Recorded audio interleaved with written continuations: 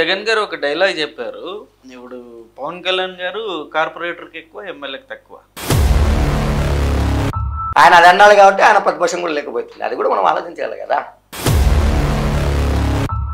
Janasena party ఎప్పటికీ TDP పార్టీకి ఇక ఇప్పుడు చేయాల్సిందే తొత్తులా అని చెప్పి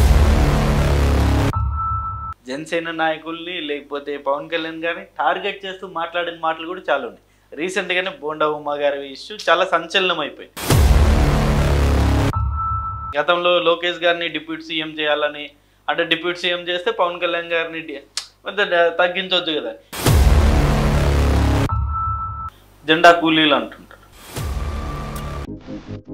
ఇప్పుడు మొన్న బైరెడ్డి సిద్ధార్థ రెడ్డి ఈ జిల్లాకి సంబంధించిన వ్యక్తి పవన్ కళ్యాణ్ గారి మీద ఈ మధ్య చేసిన కామెంట్స్ చాలా వైరల్ అయ్యి, మనం ఎందుకు ఓడిపోయినాం అనేది మనం మనం ఆత్మ పరిశీలన చేసుకుంటే బాగుంటుంది. ఆయన అంటే మళ్ళీ ఓడిపోతుంది. ఇంకొక 15 ఏళ్ళు ఇప్పటికే కష్టంగా ఉంది, ఇంకొక 15 ఏళ్ళు కష్టంగా ఉంటుంది. అంటే జనసేన కేవలం ఈస్ట్ వెస్ట్ బలంగా ఉంది, మిగతా చోట్లంతా జనసేన సంబంధించి మీకు తెలుసు, మనకు తెలుసు 2029 అంటే కేవలం 170 నియోజకవర్గాలు ఉంటాయి. వాటిలో సీమలో కూడా పోటీ ఉంటుంది. ఈసారి మీరు వైసీపీలో బాగా పాపులర్, ఎలక్షన్ ముందు మీరు వైసీపీలో బాగా తిరిగారు, బాగా ప్రచారం చేశారు, బాగానే కష్టపడ్డారు. ఓడిపోగానే ఇటు ఇక జనసేన షిఫ్ట్ అయిపోయారు. 2014 పార్టీ ఓడిపోయింది, మేము బయటికి రాలే కదా. 2019 పని చేసినాం కదా. 2019 2024 ఓడిపోయిందండి. ఓడిపోతే బయటకు రాలేదు.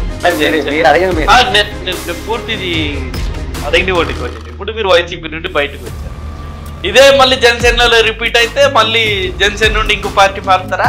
ఇలాంటి రాజకీయ వేత్తలకి కావాల్సింది పదవి. టీడీపీకి ఉన్న హిస్టరీ వేరు. జనసేన మొన్న వచ్చిన పార్టీ, లాస్ట్ ఎన్నికల్లోనే గెలిచిన పార్టీ. మీరు అన్నారు అన్ని ఉన్న పార్టీ కానీ నిర్మాణ విధానంలో ఉన్నప్పుడు దాన్ని నిర్మాణం చేసుకుని దాన్ని నిలబెట్టడమే పనితీరుకు ఒక నిదర్శనం. పవన్ కళ్యాణ్ గారు అంటే ఇంకో 15 years కూటమి బదిలంగా ఉంటుంది అంటున్నారు. అంటే ఇంకొక 3-4 ఎలక్షన్స్ మీలాంటి వాళ్ళకి అవకాశం రాదు.